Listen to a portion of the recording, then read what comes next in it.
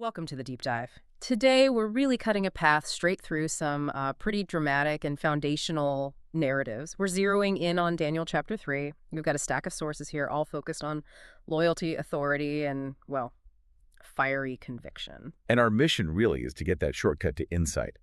We're looking at how three specific individuals, Shadrach, Meshach, and Abednego, stood absolutely firm. I mean, they were facing ultimate human power, imminent, really violent death. Yeah. And crucially, we're not just looking at what happened, but how the stories is told. Our source material suggests the literary structure itself is designed to amplify this core message of unwavering faith. Right. We're hunting for that contrast, this clash between the extravagant, almost overwhelming display of human authority and the quiet, rock-solid conviction of these three men. Okay, let's unpack this. Let's start with the setup. King Nebuchadnezzar's, well, almost absurdly theatrical setup. It really is set for maximum psychological impact. Oh. So the king starts by ordering the construction of this monumental golden image. We're told it measures 60 cubits high, 6 cubits wide, placed prominently on the plain of Dura. 60 by 6, that's, what, roughly 9 stories tall? It's huge. It is. It's not just a statue, it's a terrifying permanent statement. And our sources point out a key detail here. Nebuchadnezzar had learned before, right? Through Daniel's interpretation. Yes, exactly. That his kingdom was just the head of gold on a statue made of, like, lesser metals. Inferior metals, yeah. So building one that is entirely gold, that's his defiance, isn't it? It's like he's declaring perpetual, absolute, unchallengeable reign. That's exactly it. It's an exercise in just monumental propaganda. And to cement that power, he demands that every single official in the realm has to gather for the dedication. Everyone. Everyone. And the text really goes to great lengths here, repeatedly listing all the ranks: governors, prefects, counselors, judges, treasurers, you name it. And that repetition, it just underscores the total organization, the compulsory unity required for this spectacle. Everyone must be there. And the moment of worship, it's not quiet. It's high-pressure sensory saturation, you called it. Yeah. The critical moment for bowing down is signaled by a full orchestra. And the sources suggest the author lists all those instruments: horn, flute, zither, harp, bagpipe, everything, almost, maybe, to mock the extreme performative nature of it all. It certainly emphasizes it. It's this total bombardment of sight and sound. The louder the music, perhaps, the more centralized the control feels. Right. The moment that sound cue hits, every single person from every people, nation, language, they have to immediately prostrate themselves. Fall down flat. And the stakes couldn't be clearer. Immediate and absolute. Failure to comply means instant death in the burning, fiery furnace. This isn't just about, religious preference. It's about the king establishing total behavioral control over his entire administration. Wow. So the setup is complete. Overwhelming power, total surveillance, zero tolerance for deviation. Now, the spotlight narrows, doesn't it? The action shifts from that massive crowd to just 3 men. But before we get to their stand, quick question. Daniel. He's obviously a high official by this point. He's conspicuously missing here. Did the research suggest why? That's one of the really intriguing gaps, actually. The story doesn't explicitly say, Daniel was out of town or anything. Right. But the prevailing thought among scholars is that the author deliberately excluded Daniel here. It shifts the focus. How so? Well, if Daniel had been there, the narrative might have become about the struggle of the great prophet, the individual.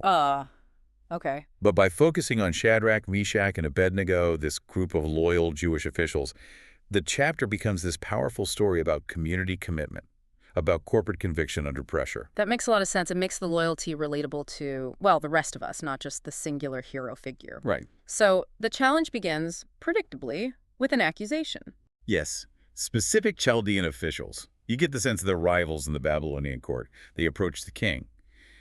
And they accuse the 3 Jewish men specifically of ignoring the royal decree, pointing out, these guys refuse to serve your gods or worship the golden image. And Nebuchadnezzar, he's furious. The text uses incredibly strong language for his rage, doesn't it? Filled with fury, yeah. He orders the men brought before him, but interestingly, he gives them a final chance, a sort of redo. Right, like, okay, I saw you didn't bow, let's try this again. Exactly. He says, basically, I'm going to play the music again. If you bow this time, fine. If not, the furnace awaits. Precisely. And in that moment, he delivers the ultimate taunt. It just reveals the true nature of his pride. What does he say exactly? If you do not worship, you will immediately be thrown into the fiery furnace. What God can rescue you from my hand? Wow. He views himself as the ultimate authority, basically challenging any higher power. Completely. He's putting himself above any god. And that taunt, it really sets the stage for the true core message of the whole chapter, doesn't it? Absolutely. This is where that literary structure comes in. You mentioned the sources identified this moment. The men's response in verses 16 through 18 as the center, the pivot point. Why is placing it right in the middle so impactful? Well, it's often seen as being built around this literary device called a chiasm. Okay, a chiasm, like a mirror structure. Exactly. It's symmetrical. Yep. The beginning corresponds to the end, the second part to the second to last, and so on. This central point is the hinge, the absolute core on which the whole story turns. So it's not just theology, it's sophisticated storytelling. Very sophisticated literature, yes. So everything before this builds up the king's absolute power. And everything after this point is about the king having to backtrack, basically, his self-correction. Precisely. The climax isn't really the fire itself, it's this defiant answer they give. Okay, so what is their response? It's immediate and remarkably calm, considering. They essentially tell the king, look, we don't even need to debate this with you. No defense, no argument. No. They then make this crucial two-part distinction about their faith. It's really important. Okay, part one. Part one is confidence. They express total belief in God's ability to save them. They say, our God, whom we serve, is able to deliver us from the burning fiery furnace, and he will deliver us out of your hand, O king. So they acknowledge God's power, his sovereignty. Absolutely. They fully believe he can intervene. Okay, but then comes part two. This must be the kicker. This is it. This is why the center is so powerful. It's the phrase that encapsulates their entire commitment. But even if he does not. But even if he does not, wow, that changes everything. It separates mere hope, or maybe wishful thinking, from absolute bedrock loyalty. So they're saying he can save us. But even if he chooses not to. Our decision doesn't change. Exactly. It's the ultimate statement of unconditional fidelity. Right. It declares that their loyalty to God is completely independent of the outcome, whether God performs a miracle or allows them to be consumed by the flames. It doesn't matter for their choice. Right. The result for them remains the same. We will never serve your gods, nor worship the golden image that you have set up. Their obedience comes before any miracle, not because of it. They yield their bodies, as the text says, rather than compromise. And this just brings the story roaring into the present day, doesn't it? Because, okay, we don't often face literal golden statues or actual fiery furnaces. Hopefully not. Right? But that commitment, that loyalty, independent of the outcome, that feels like the absolute measure of faith in modern life, too. It's the crucial relevance for you, the listener, right now. The challenge of loyalty today is often redefined as resisting modern forms of idolatry. It's rarely about bowing to a physical statue. No. Instead, it's about recognizing the things we allow to demand our ultimate service. Yeah. The things that make us compromise our core convictions. Like what are some modern examples? Well, think about it. The relentless pressure to climb the career ladder at all costs. The pursuit of wealth above everything else. Maybe even the demands of social status or fitting in or political conformity. You know, if you find yourself having to violate your deeply held moral commitments for those things, the source material basically argues those things have effectively become the gods you're serving. Yeah. They have replaced the true object of your ultimate service. And the modern fiery furnace. It isn't always immediate death, is it? No, it might be that slow burn. Professional isolation, maybe? Financial insecurity? Social rejection if you refuse to compromise or go along? Yeah. The true test is whether you're willing to face that discomfort, that kind of fire, even if it seems God isn't immediately stepping in to change your circumstances. That's the ultimate internal test. But okay, speaking of literal fire, back in Daniel 3, that unwavering commitment that even if he does not, it seals their fate, doesn't it? It moves the action straight towards the furnace. It does. The king's rage over their defiance is immediate, catastrophic. He commands the furnace to be heated 7 times hotter than usual. 7 times. I mean, that's hyperbole, obviously, but... Right, it's symbolic of extreme heat.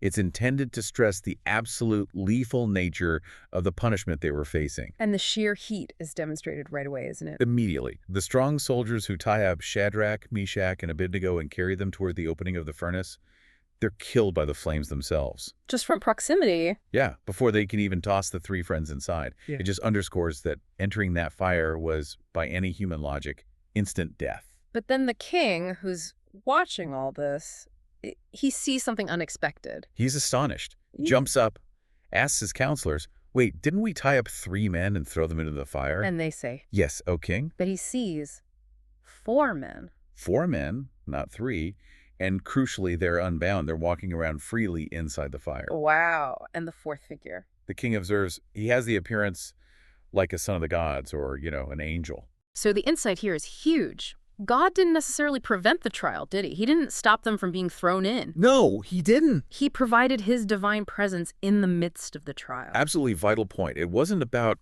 God eliminating the terrible circumstance. It was about God entering into it with them. Okay. And then the men are called out. Yes, Nebuchadnezzar himself calls them out. Shadrach, Meshach, Abednego, servants of the Most High God, come out, come here. And when they emerge, the physical evidence of the miracle is key, isn't it? Highly detailed. Very detailed. The sources stress this almost forensic inspection that happens next. All the king's top officials, the governors, prefects, counselors, they all gather around to examine them. It had to be verifiable. No tricks. Right? And the inspection confirmed. The fire had absolutely no power over their bodies. What did they find? Or rather, what didn't they find? Their hair wasn't singed. Not a single hair. Their clothes, their robes were completely unchanged. And this is the most striking detail, I think. Yeah. There was no smell of fire on them. None at all. Not a trace. They were subjected to this hyperlethal furnace, intense heat, yet they emerged smelling, well, normal, clean. That detail, the lack of even the smell of smoke, that's powerful. It signifies the totality of the miracle.